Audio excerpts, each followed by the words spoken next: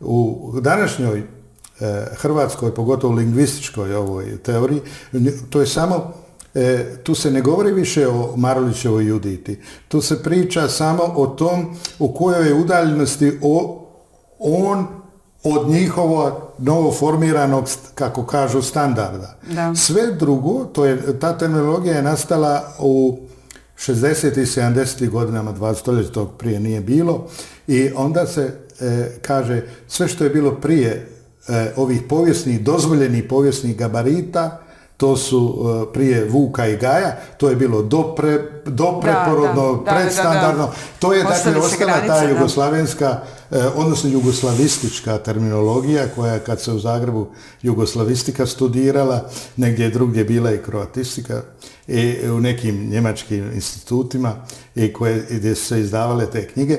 I sad taj detalj da je ovo standardno malo čakavskog, ovo malo štokovskog, da je on miješao i tako, to bi bilo kao kada biste vi, povjesničari umjetnosti recimo, Michelangelovu ili freske u Sikstinskoj kapeli ili Pietà, kada biste vi od svih rezultata istraživanja prezentirali samo kemijski sastav boje, a ono sve, a ne, i to je ista stvar sa književnošću. Ako vi hoćete tekst Judite razumjeti, onda morate razumjeti njegove realije, o čemu on pjeva, što on govori, dakle, što je to važno njemu, a ne ova samo ova kemijska boja od slova tih. To je, dakle, jedan metalingvistički pristup njihov, a o Juditi oni uopće ne govore.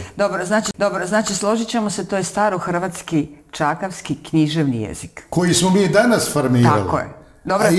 Ali to je sasvim svejedno. To je nova paradigma hrvatskog jezika, jer taj, kad mi kažemo danas, zato ja ne volim taj izraz standardni, to je književni jezik, lingva literalis. Razlika je u tom što je standardni taj izraz američki koji je upotrebljen u strukturalističkoj teoriji, recimo u praške škole, to je forsirao svojedobno Brozović,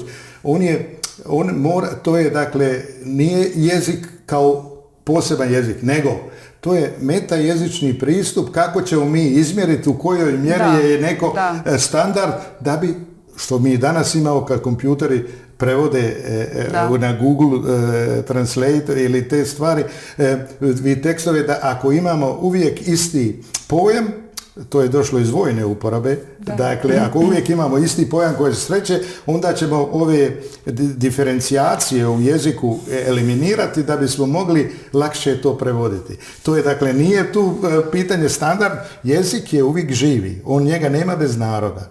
I ako je hrvatski narod živio od Marulića i razvijao se i u različitim, kažem, oblicima, taj u kajkavskim područjima više drugi jezik došao do izražaja kao književni, to ne znači da je ovoga više nema, nego mi standardni. A standardni se svaki danom razvija. I to je jedna teorijska zabluda.